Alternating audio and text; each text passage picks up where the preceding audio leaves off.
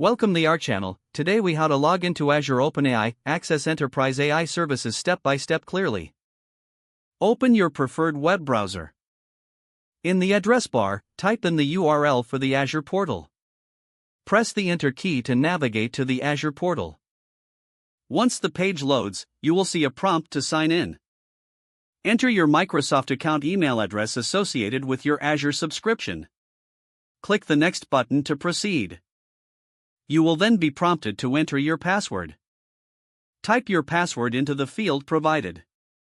If your organization uses multi-factor authentication, follow the prompts to verify your identity. After successful verification, you will be redirected to the Azure dashboard.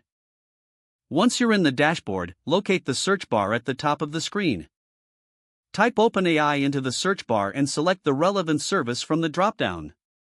On the OpenAI service page, click on the Create button to start a new deployment. Fill in the required information, such as subscription, resource group, and region. Configure the additional settings according to your organization's needs. Once all fields are filled, review your settings to ensure everything is correct. Click on the Review plus Create button. After reviewing your configuration, click Create to initiate the deployment process. Wait a few moments for Azure to set up your OpenAI service. Once the deployment is complete, navigate to the resource you just created. You are now logged into Azure OpenAI and ready to access enterprise AI services. If the page does not load, refresh the browser or try again in a private or incognito window. Make sure you are using the correct email address, then retype it carefully to avoid small typos. If your password is not accepted, use the reset option and create a new strong password you can remember.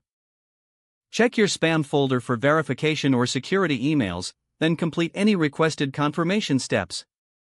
Enable two-factor authentication if available to improve account security and reduce unauthorized access risk. After signing in, review your profile details so your contact information and settings are accurate and current. If you see an error message, note it down and try again after restarting your device and internet connection. Don't forget to like this video and subscribe to our channel for more step-by-step tech guides.